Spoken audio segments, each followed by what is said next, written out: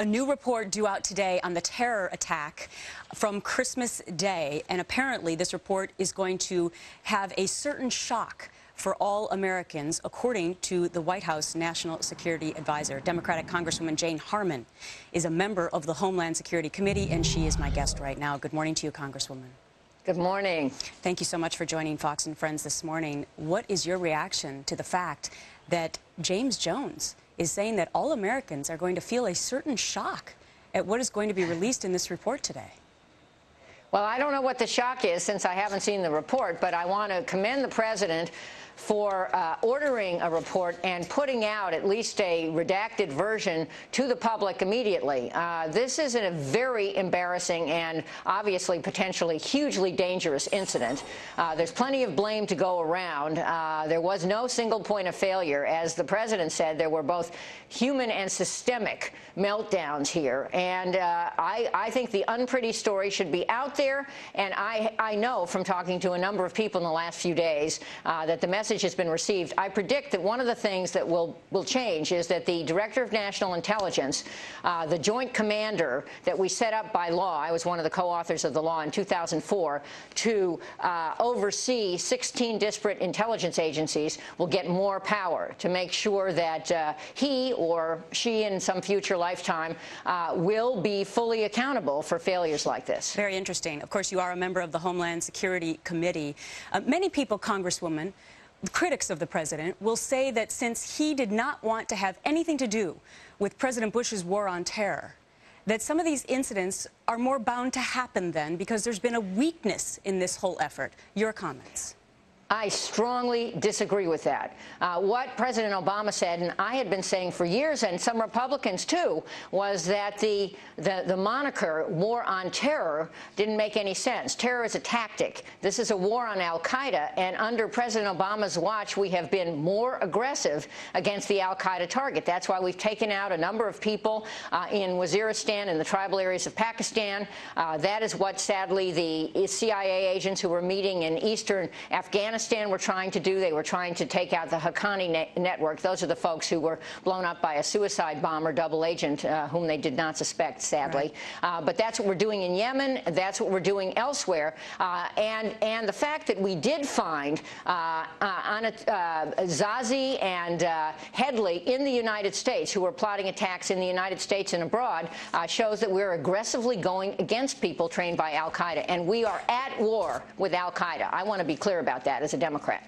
All right. Well, very good to hear that from you. I would love for you to stick around, if you will, because you brought up Yemen, and I'd like to speak to you about Gitmo specifically with regard to putting those prisoners back in that country. More with Jane Harman. Meantime, a number of detainees from Gitmo have been returned to Yemen and released to their families. This, as the Pentagon says, these detainees are more likely to rejoin terrorist efforts. But President Obama still wants Gitmo shut down. Given the unsettled situation, I've spoken to the Attorney General, and we've agreed that we will not be transferring additional detainees back to Yemen at this time. We're back with Democratic Congresswoman Jane Harman, a member of the Homeland Security Committee. Congresswoman, initially, the president's first act of business as president was to say that he was going to shut down Gitmo. Now he says he's still going to do that, but he is not going to release any more of these prisoners to Yemen. Are both moves correct? I think both moves are correct. I applaud the president for reconsidering something that was in process, which at least was to release 40 Yemeni prisoners from Guantanamo. I'm glad he did that. There are 92 Yemeni prisoners, and they will have to be moved elsewhere. Closing Gitmo is the right thing to do.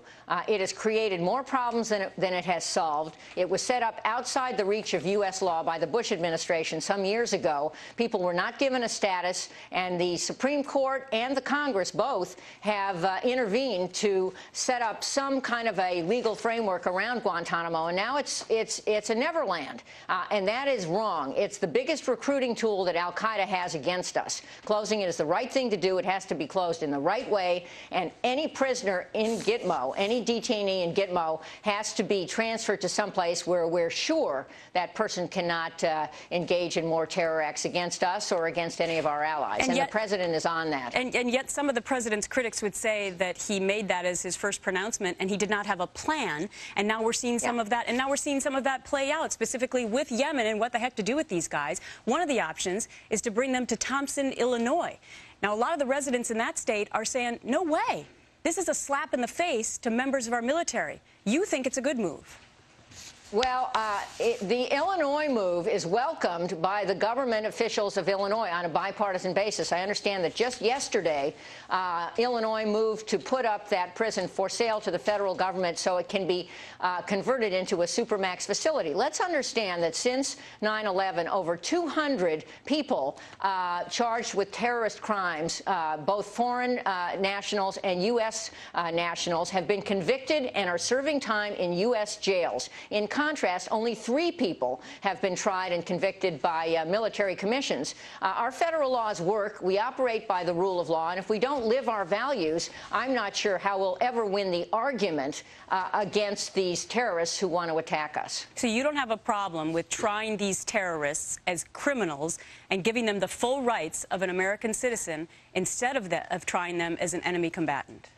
I think both opportunities should be available. I think that we should have a full toolkit here, and we should use military courts, military tribunals, and federal courts against these guys. Let's just understand that the shoe bomber Richard Reed and the 20th hijacker Zacarias Moussaoui were tried under federal law and convicted and are serving safely in U.S. jails, as are 200 other folks. And our system of justice works, and I want all the legal remedies available, and I also want a more organized and integrated intelligence capability. Intelligence is our first line of defense against this global threat. Before I let you go, as a member of the Homeland Security Committee, should somebody be fired in the intelligence community over what happened on Christmas Day?